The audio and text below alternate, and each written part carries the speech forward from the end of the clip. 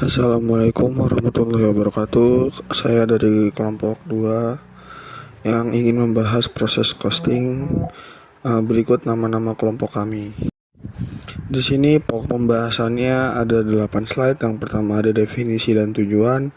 Yang kedua ada karakteristik. Yang ketiga ada metode dalam proses costing. Yang keempat ada produk hilang. Yang kelima ada laporan biaya produksi. Yang keenam ada alur proses costing. Yang ketujuh ada kelebihan dan kekurangannya. Yang kedelapan ada kesimpulan. Di sini ada definisi dan tujuan. Menurut Carter and Orsi, proses costing merupakan metode akuntansi biaya yang digunakan dalam perusahaan dengan sistem produksi massal dan berkelanjutan, di mana produk yang dihasilkan bersifat homogen sehingga tidak dapat dibedakan satu sama lain. Dalam metode ini, seluruh biaya produksi seperti bahan baku, tenaga kerja, dan overhead pabrik dikumpulkan berdasarkan departemen atau tahapan proses selama periode tertentu, kemudian diratakan untuk menentukan biaya per unit. Dengan demikian, proses costing memudahkan perusahaan dalam menghitung, mengendalikan, dan melaporkan biaya produksi secara sistematis pada setiap tahap proses produksi. Selanjutnya tujuan yang pertama yaitu menentukan biaya per unit produk agar perusahaan mengetahui berapa biaya rata-rata untuk setiap unit yang dihasilkan. Yang kedua ada mengumpulkan dana mengalokasikan biaya produksi. Biaya bahan baku, tenaga kerja, dan overhead dikumpulkan per departemen. Yang ketiga ada mengendalikan biaya produksi, yaitu membantu manajemen dalam mengawasi efisiensi setiap proses produksi. Yang terakhir ada menilai persediaan atau produk jadi dan dalam proses, yaitu untuk keperluan laporan keuangan. Karakteristik proses costing. Carter and Usry. Produk homogen, semua produk sama. Produk massal dan berkelanjutan.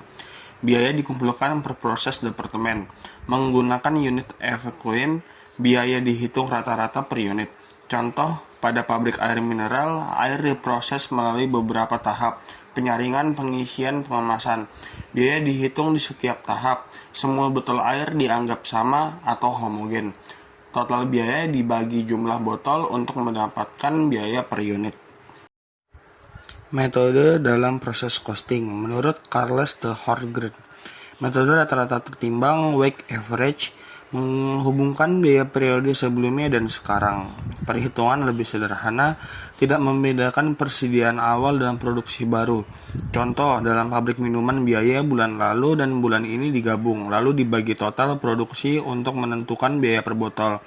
Metode FIFO atau MPKP menghitung biaya berdasarkan urutan produksi yang masuk dulu, keluar dulu, memisahkan persediaan awal produksi periode berjalan.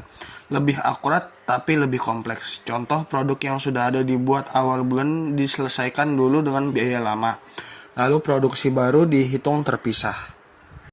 Produk hilang atau lossless dalam proses costing. Menurut Charles T. Horgen, produk hilang adalah unit yang tidak dapat diselesaikan menjadi produk jadi karena kerusakan, penyusutan, atau cacat selama proses produksi. Jenis produk hilang yang pertama ada produk hilang di awal proses. Terjadi tahap awal produksi tidak diperhitungkan dalam unit efekuen.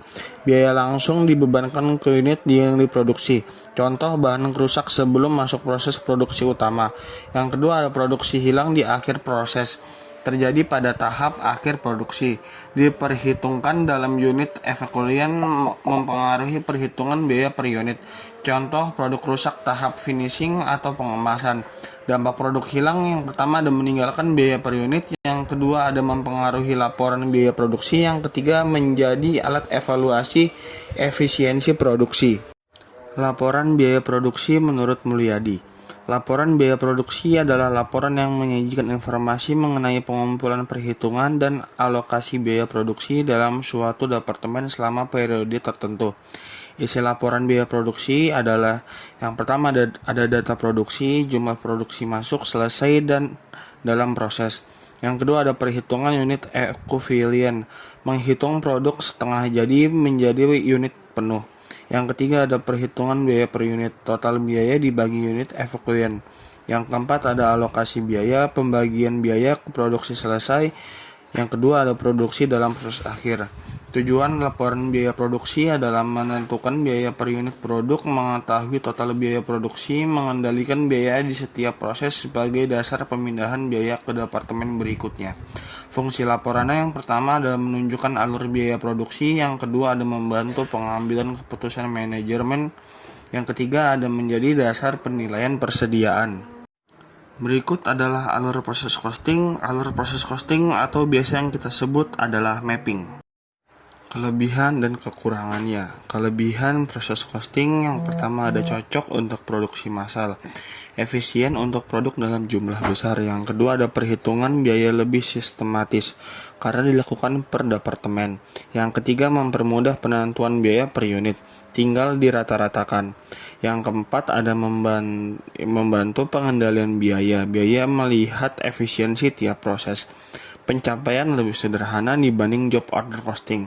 Kekurangannya proses costing adalah tidak cocok untuk produk berbeda unik. Menggunakan estimasi unit atau evakuan bisa kurang akurat. Sulit melacak biaya per unit secara spesifik. Perhitungan bisa kompleks, terutama metode FIFO. Kurang fleksibilitas untuk produksi kecil atau custom. Selanjutnya ada kesimpulan, yaitu proses costing adalah metode penentuan biaya produksi yang digunakan untuk produk homogen dan diproduksi secara massal serta berkelanjutan, di mana biaya dikumpulkan dan dihitung per departemen. Metode ini melibatkan perhitungan unit ekuivalen, penggunaan metode weighted average dan FIFO, serta memperlihatkan adanya produk hilang dalam proses produksi. Output utamanya berupa laporan biaya produksi menurut Mulyadi yang digunakan untuk menentukan biaya per unit, mengendalikan biaya, dan membantu pengembalian keputusan. Secara keseluruhan, proses costing sangat efektif untuk industri skala besar, namun kurang cocok untuk produksi yang bersifat unit atau berbeda-beda. Sekian presentasi dari kelompok 2. Kurang lebih mohon maaf. Wabillahi taufiq wal hidayah. Wassalamualaikum warahmatullahi wabarakatuh.